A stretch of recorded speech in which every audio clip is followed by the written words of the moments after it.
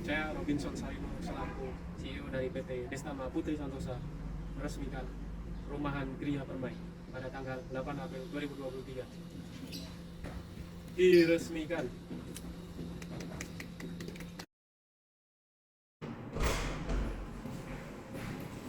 Hai Pak. Iya, silakan lagi. Sebelumnya maaf Pak, saya perwakilan dari PT Desa Putri Sentosa. Saya Ayu dan saya ingin minta perizinan dari Bapak untuk membangun perumahan baru di Jalan Madu Saren. Nah, kami dari PT Desa Putri Sentosa melihat bahwa di area tersebut sangat berpotensi Pak untuk dibangun perumahan baru.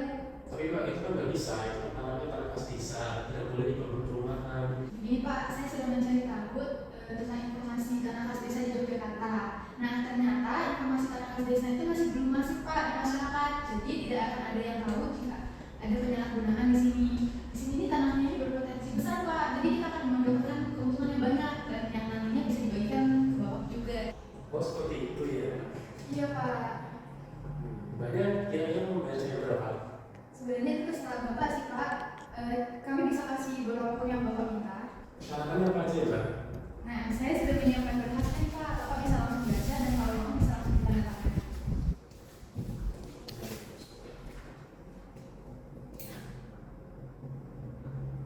Untuk besar ini. Angkanya banyak. Di sini sama di sini.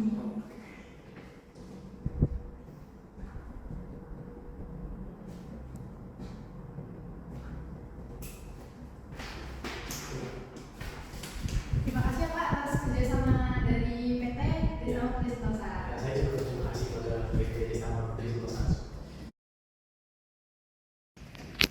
Capek banget ya Anda? Iya capek banget. Loh, ada perumahan baru kok di sini? Iya, ini baru dibangun. Kemarin masih tahap pembangunan sih, tapi sekarang udah selesai. Udah diresmikan juga tuh? Udah. Bukannya itu tanah khas desa ya Anda? Emang tanah khas desa itu apa? Tanah khas desa itu sebenarnya tanah yang sebenarnya harusnya difungsikan secara sosial, bukan secara pribadi. Jadi kalau perumahan, apalagi developer, itu nggak boleh ngebangun di situ. Terus gimana dong? Kayaknya sih ada penyalahgunaan tanah sih di situ. Terus apa yang harus kita perbuat ya Mbak? Kita lapor aja Lapor kemana? ke Pak Lurah. Janganlah, ke Pak Lurah kayak aneh nggak sih? Harusnya ke RT dulu kan? Kalau gitu, kita lapor ke Pak RT aja. Oke, kita konfirmasi dulu aja kali ya ke Iya. Pak RT. Oke, yuk. Ayo. Assalamualaikum.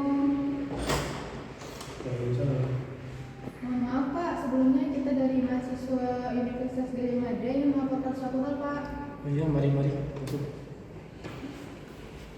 Baik Pak, sebelumnya mohon maaf Pak karena kita mengganggu waktu Bapak Agung selaku ketua RT di sini. Sebelumnya perkenalkan Pak, saya Salma dan ini rekan saya Mada. Kami dari mahasiswa Universitas Gadjah Mada Pak.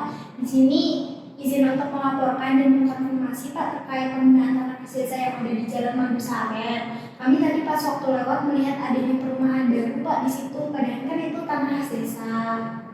Betul Pak, menurut sepengetahuan kami sebagai mahasiswa, tanah khas desa seharusnya dipergunakan untuk kepentingan bersama Pak, bukan kepentingan pribadi atau keuntungan pribadi. Oh iya, nah terkait hal tersebut sudah ada persetujuan dari Pak Lurah, Kelurahan Catur Tunggal, dan terkait pembangunan perumahan yang ada di Jalan Madu Saren tersebut, menurut Bapak sudah menyalahi peraturan Undang-Undang Nomor 6 Tahun 2014 terkait penyalahgunaan kewenangan dalam penggunaan tanah khas desa. Dan menurut Mbak Saula dan juga Mbak Nanda, Bapak bagusnya berbuat apa ya?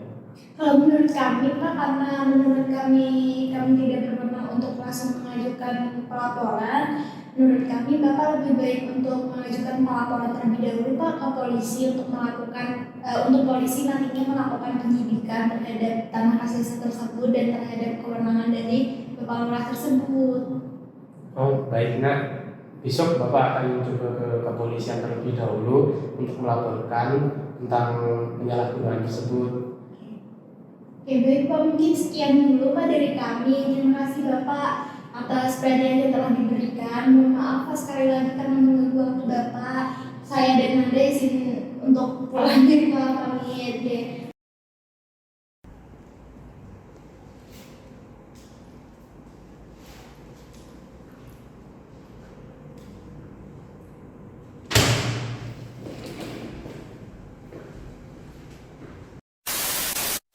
Gimana nih teman-teman video barusan? Di sini kami ingin teman-teman semua tahu tentang Tanah Kasesa yang ada di daerah istimewa Yogyakarta.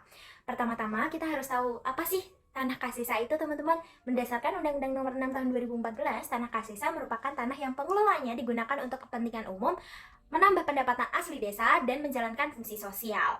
Nah, sementara menurut Peraturan Gubernur Provinsi Daerah Istimewa Yogyakarta Nomor 34 Tahun 2017 disebutkan bahwasanya Tanah Kasesa adalah salah satu jenis tanah desa yang asal-usulnya dari Kasultanan atau Kadipaten yang dikelola oleh pemerintahan desa yang berdasarkan hak agaduh. Lalu apa sih hak agaduh itu teman-teman?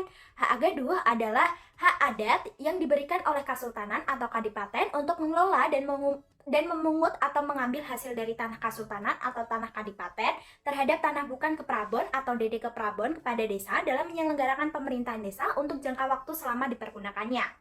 Selanjutnya, terdapat beberapa dasar hukum yang mengatur Tanah Kasesa ini loh teman-teman. Salah satunya yaitu dalam pasal 2 ayat 2 Peraturan Kementerian Dalam Negeri atau Permendagri Nomor 1 Tahun 2016 disebutkan bahwasanya salah satu jenis aset desa adalah Tanah Kasesa, yang kemudian pada pasal 2 ayat 4 juga disebutkan sebagai salah satu aset yang bersifat strategis.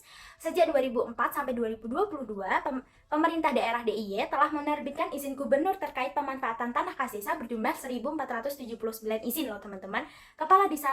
Kepala Dinas Pertahanan dan Tata Ruang DIY yaitu Krido Supriyatno menyatakan selama pengawasan yang dilakukan kurun waktu 2019-2021 ditemukan sebanyak 84 tanah desa atau 24% tidak dimanfaatkan sesuai perizinannya. Misalnya nih teman-teman, izin yang mulanya dimohonkan untuk pengembangan objek wisata justru digunakan pembisnis untuk membangun perumahan bahkan villa. Dalam kasus lain, tidak sedikit pula Tanah Kasesa yang disewakan oknum perangkat desa kepada pihak ketiga secara ilegal atau tanpa izin dari gubernur, DIY, dan kesultanan maupun kadipaten. Lalu apa sih akibat atau dampak kalau Tanah Kasesa itu disalahgunakan? Nah, yang pertama nih teman-teman, akan hilangnya hak masyarakat untuk mendapatkan keuntungan dari pemanfaatan Tanah Kasesa tersebut. Yang kedua, bukan hanya pihak negara yang akan dirugikan, namun pihak keraton juga akan sangat dirugikan. Oleh karena itu, sebagai generasi muda, kita harus mengetahui apa yang sebenarnya ada di sekitar kita sehingga kita dapat kritis termasuk dalam persoalan Tanah Kasesa ini. Sekian dari kelompok kami, semoga bermanfaat. Dadah!